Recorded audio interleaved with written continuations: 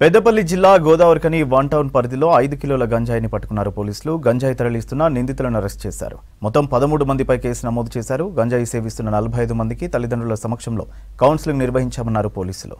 గోదావరికని ప్రాంతంలో గంజాయి డ్రగ్స్ సరఫరా చేసినా, విక్రయించినా, తాగినా కఠిన చర్యలు తీసుకుంటామని హెచ్చరించారు ఏసీపీ రమేష్. ముఖ్యమంత్రి గారి ఆదేశాల మేరకు ఈ తెలంగాణ రాష్ట్రాన్ని డ్రగ్ ఫ్రీ రాష్ట్రంగా చేసే కార్యక్రమంలో మేము భాగస్వామ్యం అవుతూ మా సిపి గారి ఆదేశాల మేరకు గోదావరికని డివిజన్ లోపల కూడా ఈ గాంజా అమ్మే వాళ్ళ మీద, ఇతర మత్తు పదార్థాలు అమ్మే వాళ్ళ మీద చాలా ఉక్కుపాదం మోపడం జరుగుతుంది. దీనిలో భాగంగానే మేము గంజాయి అమ్మేటోళ్ళు, సప్లై చేసే వాళ్ళ మీద చాలా కఠినంగా చర్యలు తీసుకుంటా ఉన్నాం. గత ఏప్రిల్లో అన్వర్ ఇంకొక 4 మీద ఈ గాంజాయి సప్లై చేస్తున్నారు, తీసుకొస్తున్నారు అనే దాని మీద కేసు అయ్యి వాళ్ళ దగ్గర నుంచి 2 కిలోల గాంజాయి సీజ్ చేయడం జరిగింది.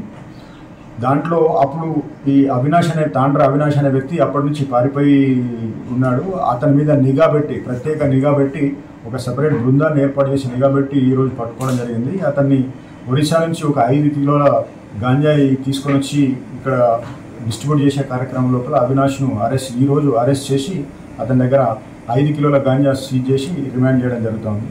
ఈ సందర్భంగా ప్రజలందరికీ విజ్ఞప్తి ఏంటంటే, గోదావరికని డివిజన్ ప్రజలకు ఈ మత్తు పదార్థాలకు సంబంధించిన ఏ చిన్న ఇన్ఫర్మేషన్ అయినా కానీ దయచేసి మాతో షేర్ చేసుకొని వారిని అరికట్టే కార్యక్రమం లోపల భాగస్వాములు కావాలని చెప్పేసి